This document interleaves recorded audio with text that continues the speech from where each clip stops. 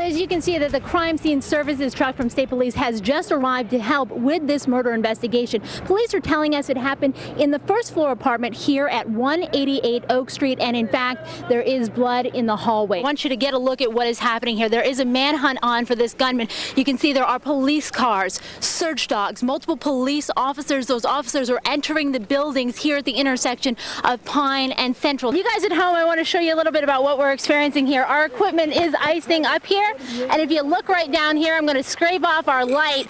You can actually see there's a thin layer of ice there, and if I smack the snow a bit, you can hear that it is quite crusty. This is the largest tree that we have seen come down here in Greenfield.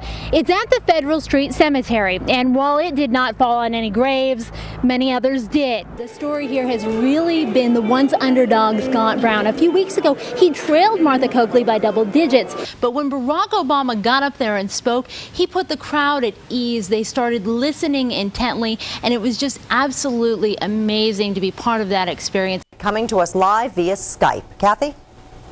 This has been a very rewarding day for Fred Golba and his crew. They searched through a significant portion of that local pond. Dave, it is little and it is light, but this car claims to go where others cannot. Defies gravity, says the manufacturer. We let a real-life racer be the judge.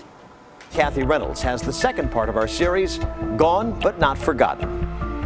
Well, you got to give the Hampshire County District Attorney's Office a lot of credit on this case. It's so old that it predates most of the folks working there. But after we contacted them, they did some significant research and found evidence that may now reveal something it couldn't 31 years ago.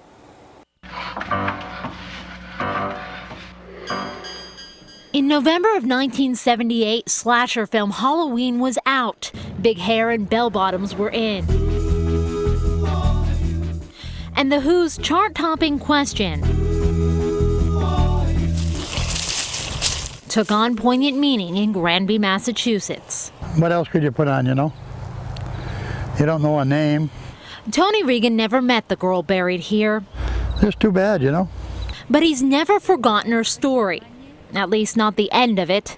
It's the beginning that's a mystery. We had an almost entirely decomposed body as well, so that the ability to have identifying information by way of features even is just completely beyond our reach. The district attorney says it was 4:30 in the afternoon when a logger stumbled across the remains. They were a half-mile back into the woods off Amherst Street and believed to have been there anywhere from 3 to 12 months. At that time, the investigators observed that there was a gunshot wound to the head and a belt around the neck. No bullet, no weapon was found at the scene. An autopsy would show the victim was a 20-year-old white female. And the only clue as to who she was a single article of clothing. This is the first time the DA believes her office has ever gone public with the evidence. The shirt doesn't have any tags. There's no way to tell who manufactured it or even trace it to a store. The case went cold after investigators scoured college campuses for missing persons, and no one matched the description. Because of the technology that exists today that did not exist 31 years ago, we may be able to go back to the crime lab, and we may be able to submit the clothing, for instance, or the very few other items that were found at the scene, with the hopes of perhaps extracting DNA. In addition to science, the DA feels the internet will also play a role. Families of the missing, she says, often use it to search for lost loved ones in other states. And this Jane Doe, she thinks, likely isn't from Granby. I wish they could find somebody. She had to have a mother. In the meantime, she has a home here. Little kids will bring flowers down the tin can, coffee can. Well, you know, when they're in season, they pick them. Tony Regan and the community have sort of adopted her. Raising enough money to buy her this headstone, they hope to one day find her real family and somehow seek justice for Jane. So somebody cares, besides me, which is a good thing. Again, the victim is around 20 years old, and any information you may have about her or her shirt could be relevant. You're encouraged to call the district attorney's office at 586-5150. And of course, you can learn more about this case and more than a dozen other unidentified people found around Massachusetts and Connecticut.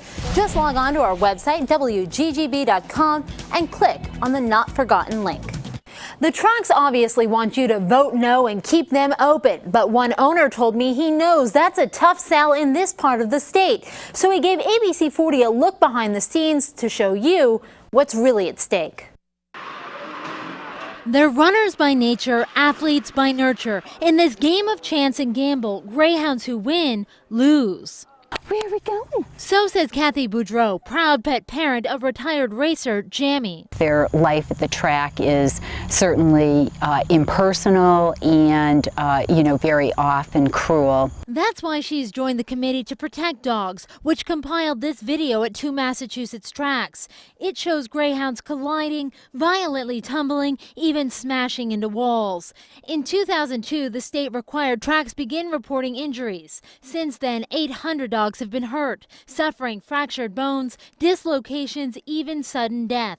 37 were euthanized. Some of those injuries are only toenails, scratches, and even little blisters. Managers at Reynolds Park wanted us to see how the dogs are cared for, allowed us access to them after a race. Each had the sand washed from their eyes, picked out of their toes. Trainers handed out treats. We were not allowed to accompany the dogs to their kennels, an area where opponents claim mistreatment takes place. These dogs spend at least 20 hours a day in really small cages. They don't have much space to move or turn around, and they're just let out a handful of times a day. The State Racing Commission requires tracks provide greyhounds with a crate at least this big. Reynolds Park says theirs are bigger, and the dogs get out more than 4 hours a day. Wonderland Park did not return our calls. That track is located in Revere and struggling financially.